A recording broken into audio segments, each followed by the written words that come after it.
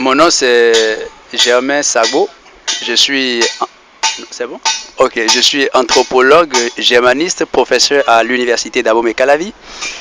Le thème migration est un thème assez vaste et lorsqu'on considère le phénomène de l'exode rural, je pense que la cause première, c'est le fait que les villes représentent des centres urbains, des centres plus modernes que les villages, et donc la jeunesse étant toujours attirée par ce qui est nouveau, fait donc le déplacement des villes vers des villages vers les villes.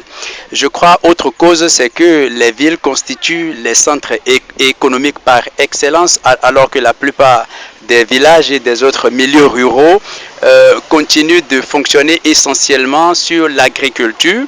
Les jeunes ayant donc envie de faire aussi autre chose, notamment des activités rémunératrices à court terme, contrairement à l'agriculture où il faut patienter plusieurs mois pour effectuer des récoltes et puis vendre. Vous voyez, là le cycle économique est beaucoup plus lent.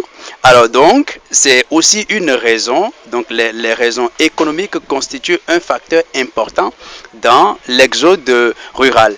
Alors, voilà un peu pour les causes. C'est sûr qu'il y en a d'autres aussi, on ne va pas pouvoir épuiser le sujet cause.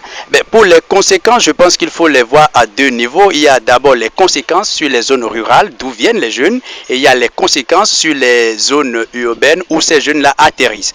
Je pense que, comme beaucoup le savent, le fait que la main-d'œuvre, les bras valides quittent les villes, les campagnes, pardon, pour les villes, fait que l'agriculture n'a plus suffisamment de main-d'œuvre là-bas.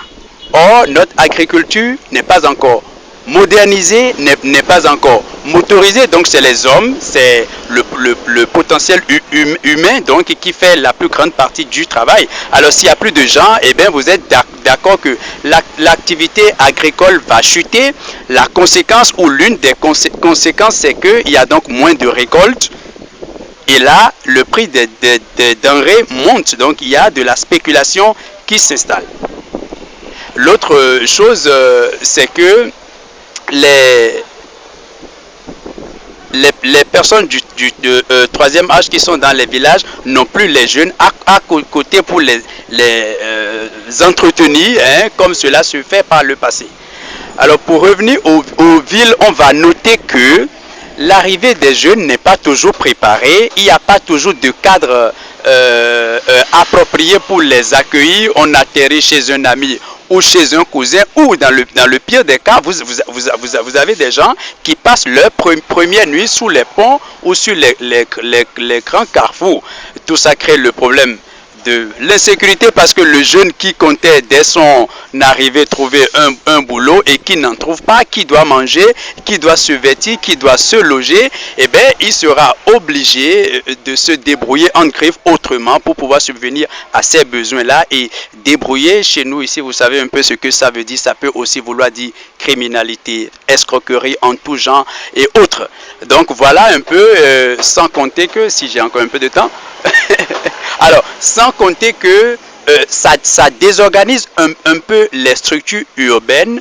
Il y a les bidonvilles qui apparaissent parce que ces gens-là qui sont venus et qui n'ont pas les moyens de se louer un appartement dans les réseaux classiques de l'immobilier vont donc installer des camps de fortune, des trucs, des habitations en carton, en bambou, bref, des habitations précaires et donc tout autour des villes, en périphérie des villes, parfois même en plein centre, vous voyez des habitations qui ne cadrent pas, qui ne collent pas avec le milieu urbain, ce qui pose aussi les problèmes de santé, d'hygiène, ainsi de suite. Voilà un peu ce que je peux dire sur ce sujet.